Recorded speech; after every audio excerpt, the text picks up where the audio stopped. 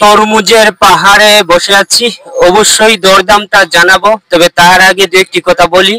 প্রথম প্রথম একজন কন্টেন্ট ক্রিয়েটরকে তেমন ভাবে কেউই সাপোর্ট করে না, তেমনি ইউটিউবও। আমি বেশ কিছুদিন ধরে আপনাদের জন্য বাজার কেন্দ্রিক ভিডিওগুলো দিচ্ছি, দরদাম জানাচ্ছি, ব্যবসায়িক আইডিয়া কেন্দ্রিক ভিডিওগুলো দিচ্ছি, কিন্তু সেভাবে সাড়া পাচ্ছি না। একজন টিকটকার যে পরিমাণ সাড়া পায় সেই তুলনায় গঠনমূলক একজন কন্টেন্ট ক্রিয়েটর খুব কমই সাড়া পায়। ভিউয়ার্স, আমি কেফায়েত আহমেদ থাকছি তরমুজের দরদাম নিয়ে। ইতিমধ্যে তরমুজের দরদাম কেন্দ্রিক 2025-এ দু একটি প্রতিবেদন দেখেছেন।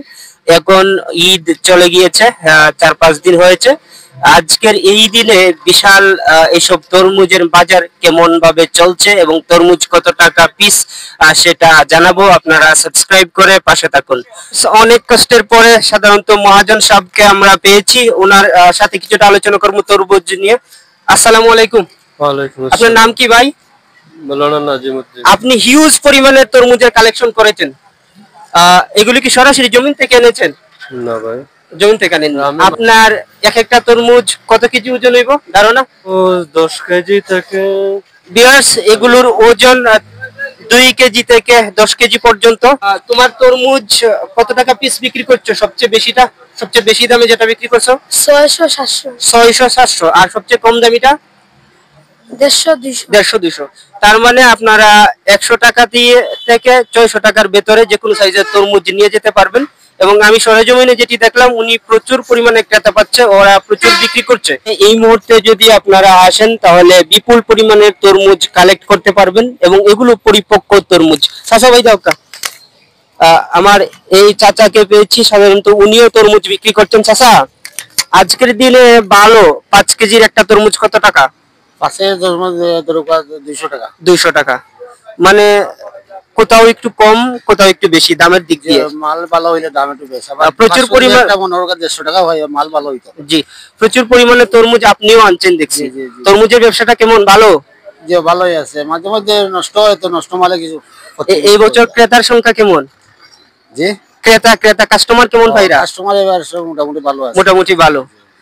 আর এই তরমুজের ক্ষেত্রে মিষ্টি আছে তো মোটামুটি? মিষ্টি করা লাল। এখনো কোনো কাস্টমারে কমপ্লেইন দিছেনি? জি না, কোনো কমপ্লেইন। এই তরমুজগুলি কি আমরা সিলেটের তরমুজ নি? না, এটা খুলনা থেকে সিলেট আছে, সিলেট থেকে আমরা এখানে। ও, মানে খুলনা থেকে সিলেট শহরে আসে, আপনারা আড়ত থেকে এই লোকাল সেল করেন? লোকাল সেল করেন। আগে আসিল সারিগার তরমুজটা শেষ হয়ে গেছে। কত হাজার টাকার তরমুজ এনেছেন? 70,000 টাকা। 70,000 টাকার। কয়দিনে বিক্রি করবেন? ওটা 3 দিন লাগবে। 3 দিন? 3 দিনে 70,000 টাকা সেল করে দেবেন? মানে সিলেট বটেশ্বর বাজারে প্রচুর তরমুজ পাওয়া যায়? পাওয়া যাবে, কেউ যদি আসে নিতে পারবে? আর কতদিন বিক্রি করবেন এইভাবে তরমুজ? আরে 15 দিন।